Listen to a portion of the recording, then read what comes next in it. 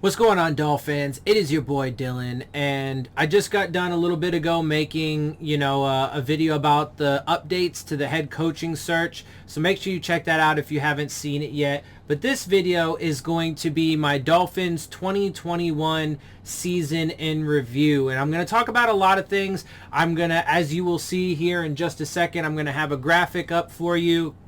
And it may look a little confusing and kind of, jam-packed at first, but I assure you it's not that difficult. And so let me explain it to you as it comes up here. And as you can see on the right-hand side, you have all of the games, and you have a check or an X mark on it to determine whether or not we won the game. So on the far right side of this graphic, you have the actual schedule with the actual record, the 9-8 record that we have. Now, if you look over here to the left side of it, you have obviously all of the opponents that we played, but you have two columns. You have the original and revised, because as you guys know, the way that I do my predictions is I do two of them. I do one prior to training camp, right? Like, so in the off season when there's really nothing going on, it's basically just, what did we have from last year? Maybe a little, maybe a little bit from free agency, and, even maybe with the draft taken into account. Because I do think I pretty sure I did my first prediction like right before training camp, which would have been after the draft and all of that stuff. So you have that one, and then there was my revised, which, over the course of training camp, the preseason, and what the team showed me during that time period, I'm willing to go one way or the other. If I feel like they're going to be worse than I expected, then I would lower it. If I feel like they could potentially be better than I expect, in my original prediction, I will increase it. And so, as it turns out, I increased it, right? Because during the preseason, they showed me some potential and gave me a little bit of room for optimism. But we'll get to that in a second, because I do want to break it down the whole way through from start to finish. And because I even want to tell you guys how I arrived, in case you don't remember from my previous videos. I want to tell you how I arrived at each of those predictions. So my original prediction was 6-11 for this team. Now, I got a ton of backlash and hate from the Dolphins community, because, oh man, I just don't believe in my team, blindly enough to the point where I'm going to predict them to have a phenomenal record just because. And don't get me wrong, that doesn't mean that I don't see the potential, but what it does mean is I also see all of the potential. Or let me clarify that a little bit. It's not that I don't see the potential good, but it's that I don't ignore the potential bad. And most Dolphins fans went into the season thinking it was a shoo-in that we were going to win 10 plus games. In fact, a good portion of the fan base thought we were going to win 11, 12, 13 games. 12, 13 games was a pretty common record prediction. And to be fair, and we'll get into this a little bit more, to be fair, we actually could have had a 12-win season if Brian Flores didn't hold the defense back in the first half. Anyway, we'll get to more of that in just a minute. Let me stay on track here. So a lot of Dolphins fans had that in mind, but I said 6-11. Why did I say 6-11? Because in 2020, I believed that the product that they fielded, and by the way, when I talk about the team that was built in this context, just for clarity purposes, let it be known that I am generally referring to not just the team and the roster and the players that we have, but also, because it's super relevant, it does take into consideration the coaching staff and the front office and the various aspects that go along with that, which we will talk about throughout this video. And so it's not just my evaluation of the product is not just the players that are on the field. It's not just wins, losses. It's a full broad spectrum of all relevant factors. So having said that, I got to 6-11 because last year I thought that the team that we had, coaching and everything included, was a 6 or 7 win team. Okay, now there are a few reasons why the Dolphins ended up exceeding that. Some of them were in their control, some of them were not. So, for example, the things that were not in their control, but are absolute facts about the 2020 season that played into why the Dolphins were able to win 10 games is because they had one of the relatively healthier rosters in the league when it came to injuries and COVID. I mean, well, first of all, we had like almost no COVID last year, no COVID problems. But when it came to injuries, we didn't have a ton either. And so relatively speaking to the rest of the league, we got to remain one of the healthier units and got to field our top guys. You also have the fact that we got to play a lot of teams across the year that were either bad or decimated by injuries and COVID. And that's why we had one of the top 5 easiest schedules at the end of 2020 as opposed to having one of the top 5 hardest at the beginning of 2020, right? So quality of opponent absolutely does matter and is context for why the results were. If you ignore that as a data point, then the results are never going to be the same because you've removed a factor from a variable from the equation. And if you remove a variable from equation, just like in mathematics, the result is going to be different. So there's that. But then there were things that they couldn't control. Like, I wasn't a huge fan of how they were big spenders in free agency that year, but they did have guys like Kyle Van Noy, and then they still had Bobby McCain, Ted Karras, and Eric Flowers on the offensive side. They had veteran leadership, which was one of the problems going into this season, is that they purged a lot of that veteran leadership. The reason for that, though, primarily goes back to Brian Flores and how he's just this egotistical guy that can't fucking work with others. He doesn't deal with alphas, etc., etc. So all of these problems that I've been telling you about for 3 years that have, come to the surface and, report after report's talking about now, I told you guys these things for 3 years. They turned out to be true, and it became an even bigger detriment this season because he purged a lot of that veteran leadership. But that was one of the reasons. They had Ryan Fitzpatrick during that season, whether he was playing or not, right? They did actually have some veteran coaches as well, like Chan Gailey, right? So those were all reasons as to why they were able to overachieve last season and get to 10-6. But it doesn't change. Now, that was wonderful because it was a pleasant surprise to be able to go 10-6, but it doesn't change the analysis that from a full picture perspective, I evaluated them at about a 6-7 win team. So going into obviously prior to training camp, in the 2021 season, I was basically going off of what I thought from the last year, and that's how I arrived at 6-11. Now, I guess I could have said, and maybe it would have been slightly more favorable for Dolphins fans, although I doubt it. I'm pretty sure I would have received just as much hate, but I could have said 7-10 and gone with the upper portion of my 6 or 7 win. And frankly, the team, and then the defense, yes, they did get to feast on a lot of weak opponents last season, but the defense obviously was a major factor, and we were one of the top defenses in the league. But that's an important piece of context for this upcoming season. So anyway, that's how I got to the 6-11 mark. Then fast forward a little bit, and now we get to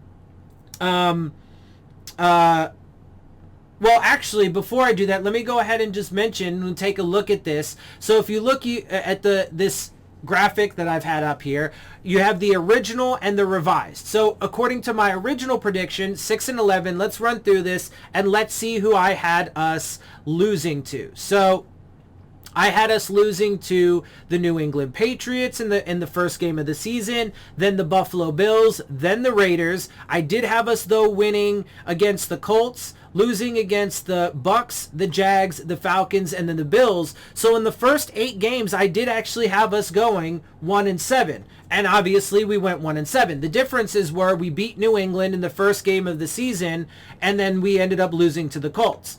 Now, it was partly, well, we'll get to my issues with going into this year in just a minute, but so anyway, and then I had us beating the Texans, losing to the Ravens, losing to the Jets, and when we went to visit them, but winning against Carolina and the Giants, and then the Jets when they came down to Florida, losing against the Saints, the Titans, but then beating the Patriots in the last game of the schedule, or in the last game of the year. But then when you look over here at the revised prediction, it is a little bit different, right? So I actually had us, the games that I changed are, I had us beating the Raiders. That was a game that I changed because I had us losing originally, but then I changed the Raiders game to a win. Then I have the Jaguars and the Jets. It was the Jaguars and the Jets. So when we went to the Jets to play them, and then the Jaguars in London. So those were the 3 games that I actually changed, updating the record to 9-8. I thought that was going to be their ceiling no matter what, and their floor was going to be 6-11. So, and then I felt like, obviously, there's my window. They could fall anywhere in between 6-11 and 9-8. Obviously, they ended 9-8. As you can see, the actual record was we beat New England in the first week of the season. Now, there is a good argument that we very well could have. I mean, there's no argument that we could have, but there is an argument that we should have lost that game if it wasn't for Xavier Howard's forced fumble that prevented them from at least kicking a field goal, because they were in range. Even if they couldn't get a touchdown, they were in range to get a field goal. They could have won that game. And so we very well and very easily could have started 1-8. And then, of course, we got blown out by the Bills. We lost in a hard-fought battle to the Raiders. Gave the Colts their first win, got blown out by the Bucks, and then lost badly in London to the Jags. Then we lose to the Falcons, lose to the Bills on that 7-game losing streak. All hell's breaking loose, etc., etc. The world is falling apart, like all of that, right? So, bad things. Now, going into the season for me, what were my concerns before I get on to the rest of the season and, taking a look at the revised, we did look at the revised prediction. So the changes are, because obviously most of the win, or all of the wins that I had stayed the same, the 6 wins that I had. The things that changed were I added the Raiders, the Jags, and the first Jets game, bringing us to 9 wins. So, so the things that I was worried about, one of the things that I was worried about going into this season was injuries. Now, actually, we did have a fair amount of injuries. We didn't have a ton of COVID problems. We did have some guys get put on, but only, Jalen Waddle, Javon Holland. There were only a couple guys, a handful of guys at most that were really impact players. And so the rest of the guys were like backups or practice squad guys. So not really a big deal. So I don't really, we weren't the Saints or the Browns or any number of other teams that did get decimated by COVID and in fact lost several key starters and stuff. So I don't view it as if we got massively decimated by COVID. We had a little bit. Injuries, we had a fair amount of injuries, but when it comes to respective to the rest of the league, right, relative to the rest of the league, it wasn't that bad, and we still remained one of the healthier teams. But that was an concern, especially because we did start to pile up some injuries in training camp. And the reason, one of the reasons why it was a concern was not just because of that, but also because that's one thing that's hard to replicate year in and year out, right? You're not gonna, because injuries are just random, right, for the most part. So, and if you get lucky one year to be a healthy team when it comes to injuries, your chances go down the very next year. And last year, we were absolutely one of the healthier teams, relatively speaking. So I was a little bit concerned of that, and then especially because some early signs in training camp pointed that it could be a problem.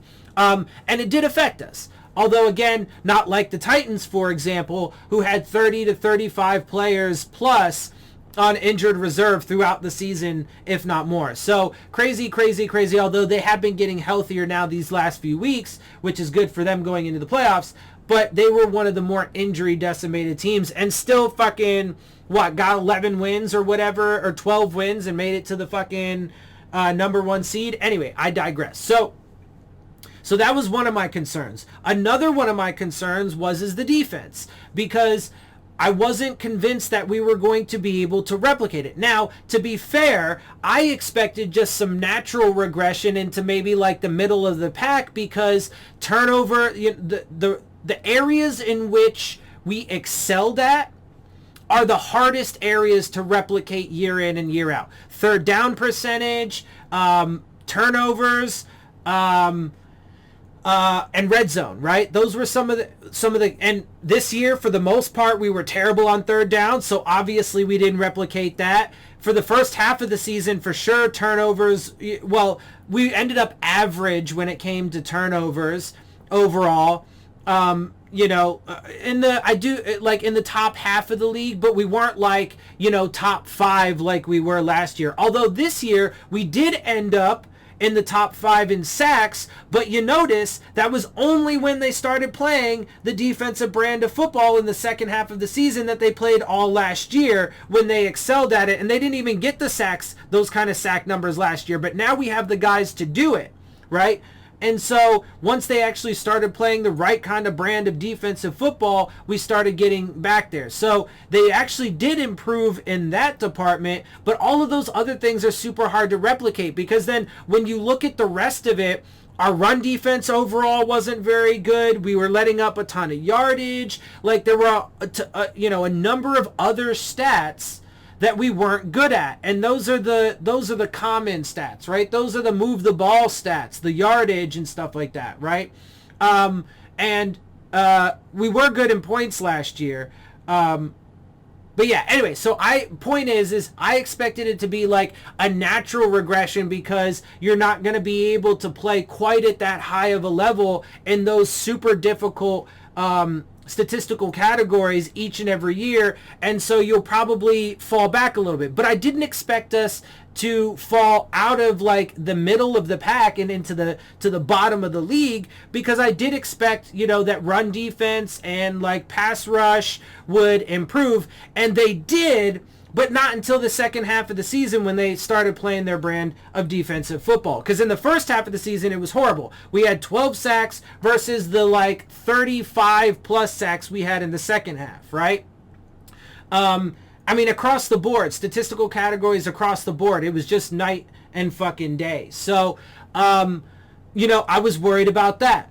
And now, as it turns out, generally speaking, overall, we did end up somewhere in the middle of the pack, because I didn't expect it to happen quite like this. Again, I expected a little bit more of a natural regression, but Brian Flores ensured that it happened, in my opinion, my very humble opinion. People can, disagree or dispute this all they want, but I firmly believe that with the Deshaun Watson stuff going on, obviously Flores doesn't like Tua, never has, never wanted him, etc., etc. I firmly believe that Brian Flores the entire time was trying to sabotage him. Now, because some of my other, but it's not just, there are a number of reasons. One, because he was just perfectly fine with having, a shit offensive line, which was another huge concern of mine. The wide receivers was a huge concern of mine. I was proven right on that as well. They proved to be unreliable. I was concerned about not having a running game, and that proved to be an issue. Brian Flores was okay with all of that. I was concerned about having a brand new playbook with dual offensive coordinators, and having our 4th offensive line coach in 3 years, etc., etc. Our 4th and 5th offensive coordinators. All of those were concerns for me, and all of those things proved to be issues throughout this season. Okay? And so, that's why overall, again, now I was wrong about some of the details along the way, but one of my other issues for this team, this rebuild and all of that shit in general, was Brian Flores and his egotistical ways and why everything has to be exactly how he says it or nothing else. He can't deal with, et cetera, et cetera. Purging veteran leadership, all of that stuff because he can't deal with alphas. You know, the Xavier Howard situation in the offseason. They didn't want to pay him at all and only did because they realized their secondary was going to be very drastically diminished without him. Right? I told everybody that these things were going to be a problem. And it turns out that he ended up getting fired from it after 3 years. Now, again, to be fair, I thought it was going to be Greer and Flores together. It turned out to be a hybrid, but I'm not really surprised by that because this is what Ross does. He tends to fire one, keep the other, and then he goes back and forth and seesaws between firings. So, not really a surprise there. But all of that was a concern, and so he ended up doing everybody a disservice, and also along the way proved me right. It was a disservice to the team because we failed where we shouldn't have, right? Especially in the early portions of the season. It was a disservice to him because he got fired. It was a disservice to the fans because we had to endure all this bullshit. But he proved me right because then I ended up right with my prediction. My 9-8 prediction. And frankly, again, I was right about a lot of the issues along the way that I had concerns with. So, you know, it was a giant mess of a season. Yes, that 7-game win streak and winning 8 of the last 9 was awesome and it was a good thing. And it's nice to have back-to-back winning seasons for the first time in like 20 years or whatever it is. But that's a very surface, first of all, you know, the back-to-back seasons thing, that's a very superficial surface level evaluation if that's as far as you go with it. And then, you know, if you back it up with, you know, 7-game win streak and stuff, well, you're just basically cherry picking and you're leaving out very important parts of the equation, like the first half of the season, which again, I firmly believe Brian Flores, not only did he feel comfortable with fielding a absolutely atrocious offense around Tua, but I do firmly believe that up until the trade deadline, and that's why I don't think there is any coincidence whatsoever, the timing of it, and also why Brian Flores got upset when Elijah Campbell told the media that he told the team they were going to play an entirely different brand of football, and the only thing that changed was on the defensive side. So what I'm saying is yes, I believe Brian Flores intentionally held back the defense so that way he could drum up the fucking various different narratives, whether it be Tua's performance on offense and the offense as a whole, their performance, or whether it be the injury-prone narrative by him holding Tua out when he didn't need to be held out, right? Whether it be with the ribs or the finger. And he was trying to push the narrative that we have to go after Deshaun Watson. I firmly believe that. And I firmly believe that part of it was he held his defense back. Because some people will say, oh, no, it's just because he took the play calling back or whatever. No, listen, if people want to say that he's this defensive genius and so on and so forth, or a good coach in general, no, bro, you are not the head coach, and you just allow for the first 8 weeks of the season for your defense to be played completely off-brand and have the results be terrible as they were. And you just be like, and he said the entire time, I'm making no wholesale changes. And then what happened all of a sudden in week 9 against the Texans? Oh, you know what it was? The fucking trade deadline went by and they didn't get Deshaun Watson. So we realized, well, I might as well fucking, move into the second stage of my little manipulation game here. I'm actually pleased to see that it ultimately didn't work, but I'm going to try and make it seem like I'm not the issue because now my defense is going to get it right. They're going to start clicking on all cylinders, be one of the best defenses in the league in the second half. It's going to get us wins. It's going to make us competitive, especially down this weak stretch of the schedule, right? And I'm going to get us back-to-back winning seasons, and that's going to save me my job because I will prove that I'm not the issue, but Tua is, and that's why we need to go get Deshaun Watson in the offseason. I mean, again, people can, dispute that or disagree all they want. That is what I think, and I think that the evidence, especially with all these reports that are coming out now, I don't think it is by any stretch far-fetched, and that is what I believe. So, Look, it was a mess of a season. At the end of the day, all kinds of things happen. You know, I mean, what do you say, man? What do you say about it? Honestly, this is the Dolphins, man. This is what they do, and this is how they handle business, and this is why I can't feel confident in the direction that they go in, because, I mean, it's just the history, the entire track record that I have. I'm 32 years old. I've been a Dolphins fan for 20-ish years, for about 20 years, so maybe a little longer. So all I've ever known is mediocrity at best, if not just outright shit. So, you know, what else am I supposed to expect when that's all I've seen, right? So that's why for me, you know, just to transition a little bit and hopefully have a little glimpse of optimism is depending on how things go with this coaching search, you know, maybe I'll feel a little bit more confident. But as I told you guys, and as, you know, I mentioned in my previous video, so again, check that out if you haven't seen it. It's the updates on the coaching search. Jim Harbaugh is honestly the only one that I would really get excited for. There are a handful of candidates, Brian Daboll being one of the few first-time head coaches, maybe Mike McDaniel, if I'm going to go first-time head coaches. Otherwise, guys like Leslie Frazier, potentially Dan Quinn, but, you know, Jim Caldwell I'd be good with. There are a handful of guys that I would be good with. Josh McDaniels, definitely not okay with. And there are some guys in there. There was a couple college, or, you know, there was like one college head coach and, you know, some positional coaches from other teams. Hard pass on those guys. So it is a mix. Make sure you check that video out if you want to get my full views and thoughts on that. But, you know, this next decision, this coaching hire is going to be huge, especially because, again, I know. Anyway, listen, just watch my previous videos. I'm not going to repeat myself. I am going to wrap this up and not go on an additional tangent. So, look, it was a mess. Just to wrap up the year in review, it was a mess. I had a lot of concerns going into the season, and unfortunately, I got proven correct. And look, at this point, too, now, the tanking rebuild is officially a failure, especially if they end up giving up on Tua and trading him away.